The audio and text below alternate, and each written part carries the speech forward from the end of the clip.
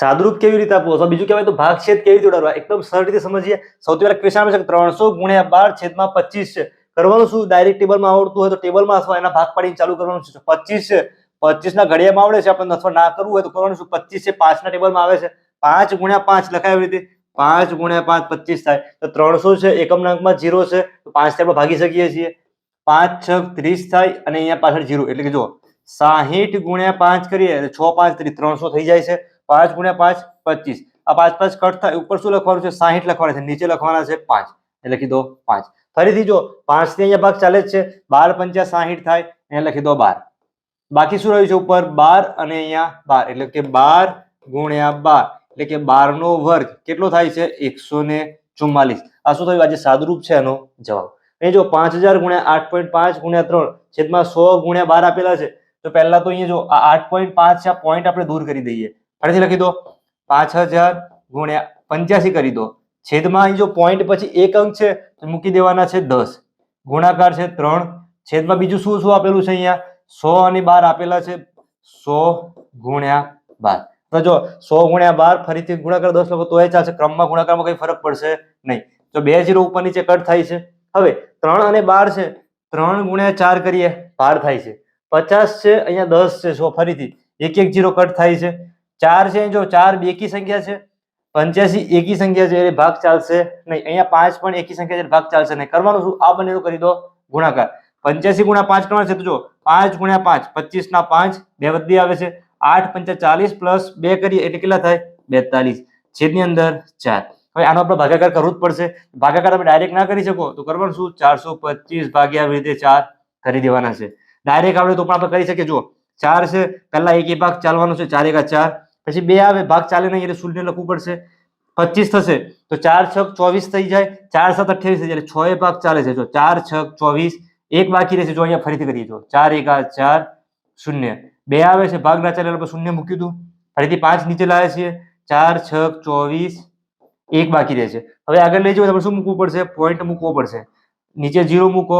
4 ગુણ્યા 2 એ પોઈન્ટ મૂકીને 4 ગુણ્યા 2 કરો એટલે 8 2 વધે છે. 4 ગુણ્યા 5 કરો એટલે કે 20.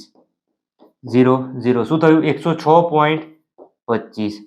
તો આ શું થયું? આજે સાદુરૂપ છે એનો જવાબ. આવી રીતે જો 700 ગુણ્યા 35 ગુણ્યા 3 છેદમાં 14 ગુણ્યા 10 છે. એક એક 0 ડાયરેક્ટ કટ થાય છે. 14 છે અને જો 35 અને 70 છે. 14 છે 7 ના ટેબલમાં આવે છે તો 2 ના ટેબલમાં આવે છે. 35 છે તો 2 ના ટેબલમાં આવે છે 7 માં આવે છે. પણ 2 થી ટ્રાય કરીએ બંને રીતે લખી દઈશું. પહેલા 2 થી લઈએ તો 2 7 14 અહીંયા 35 નું 70 થાય. જો બંનેમાં 2 2 કોમન છે આપણે કટ કર્યા આવી રીતે લખીને.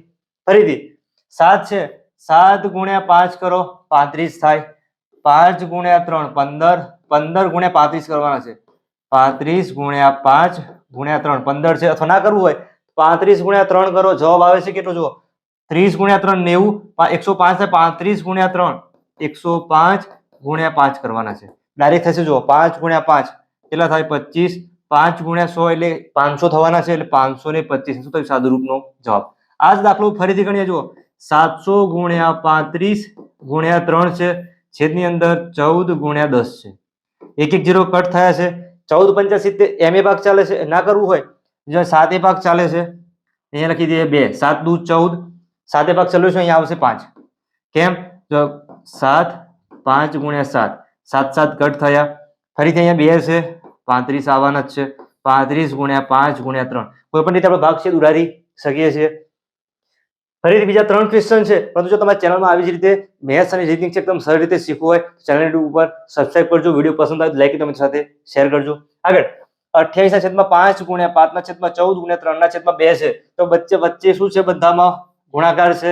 આપણે ક્રોસમાં પણ ભાગ ઉડાડી શકીએ. જો 2 છે 14 કેવી રીતે લખ્યા? તો 14 દુ 28 થાય. જો અહીંયા લખવું હોય આવી રીતે 28 અને 2 છે આવી રીતે લખાય. જો 14 ગુણ્યા 2 28 2 ગુણ્યા 1 2 2 કટ થઈ ગયા. ઉપર લખ્યા છે આપણે 14. અહીંયા 1 લખો કે ના લખો કઈ ફરક પડશે નહીં છેદની અંદર. ફરીથી જો 5 5 કટ થાય છે. 3 છે અહીંયા 14 છે અહીંયા જો 14 છે આ 14 14 કટ થઈ ગયા. બાકી શું વધ્યું? ઉપર 3 આપણો જવાબ. ના કરવું હોય 14 ગુણ્યા પહેલા 2 28 કરો 2 2 કટ કરો 5 5 કટ થશે 3 બાકી રહેશે. તો એક સાદુરૂપ છે, આપણે બે રીતે પણ ભાગશેદ ઉડાડી શકીએ, પરંતુ મેથડ જોવાની કયા ટેબલમાં કયું આવે છે, આપણે જે ઈઝી પડે એ કરવાનું ટ્રાય કરવાનું છે. મિશ્ર અપૂર્ણાંક છે, વચ્ચે ભાગાકાર છે, તો પહેલા કરવાનું શું, મિશ્ર અપૂર્ણાંકમાંથી અપૂર્ણાંકમાં જવાનું. તો કરવાનું શું, 7 ગુણ્યા 3 કરો, કેટલા થાય છે 21, 21 પ્લસ 4 કરો એટલે 25, છેદમાં 7 છે તો 7 મૂકી દો, ફરીથી ભાગાકાર રહેવા દો વચ્ચે, છેદમાં 7 છે, 7 ગુણ્યા 1 કરો 7, 7 પ્લસ 5 12. હવે ભાગાકારનું સિમ્બોલ આપણે દૂર કરી દઈએ, તો 25 ના છેદમાં 7 તો હતા, ભાગાકારની જગ્યાએ કરો ગુણાકાર, આનો વ્યસ્ત કરવાનો. 7 છેદમાં છે અંશમાં આવશે, અંશમાં છે છેદમાં જશે, 7 7 કટ થયા, 25 ના છેદમાં 12, આ શું થયું આનો જવાબ. હવે અહીંયા જો અંશ છે મોટો છે અને છેદ છે નાનો છે, તો આને આપણે મિશ્ર અપૂર્ણાંકમાં ફેરવવાનું પૂછ્યું તો આપણે ફેરવી શકીએ. કેવી રીતે, છેદમાં તમારે લખી દેવાના, જે છેદ છે 12 લખી દીધું, તો 12 નો ઘડિયો બોલવાનો, 12 ગુણ્યા 2 કરીએ 24 થાય, 12 ગુણ્યા 3 કરીએ તો 25 કરતા મોટો થઈ જાય છે, તો 12 ગુણ્યા 2 24, એક બાકી રહેશે તો ઉપર લખી દો 1. જો 12 ગુણ્યા 2 24, 24 પ્લસ 1 25 અને છેદમાં 12, તો આ પણ જવાબ આપણો સાચો કહેવાય. હવે 42.5 ગુણ્યા 100 છેદમાં 85 છે, પહેલા આપણે આ પોઈન્ટ દૂર કરી દઈએ, તો 425 છેદમાં કેટલા લખાશે 10, ગુણાકાર 100 ના છેદમાં 85. જો એક એક 0 અહીંયા કટ થાય છે, 85 નું ટેબલ આવડતું નથી, તો એકમનાંકમાં 5 છે, અહીંયા 5 છે, પણ વિભાજ્યતાની જે ચાવી છે એ આવડવી જરૂરી છે. બંને સંખ્યાને આપણે 5 થી ભાગી શકીએ છીએ, તો 5 ગુણ્યા 17 85 થાય છે, 17 5 85, અહીંયા જો 5 થી ભાગ ચાલે છે, 5 8 40, 2 બાકી રહેશે, 5 5 25, જો અહીંયાથી 5 5 બંને કટ થયા, 17 ગુણ્યા 5 કરો 85 થાય, અહીંયા 5 અહીંયા 10, 10 ગુણ્યા 5 એટલે કે 50. આ જે સાદુરૂપ છે શું થયું, આપણે જવાબ મળ્યો 50.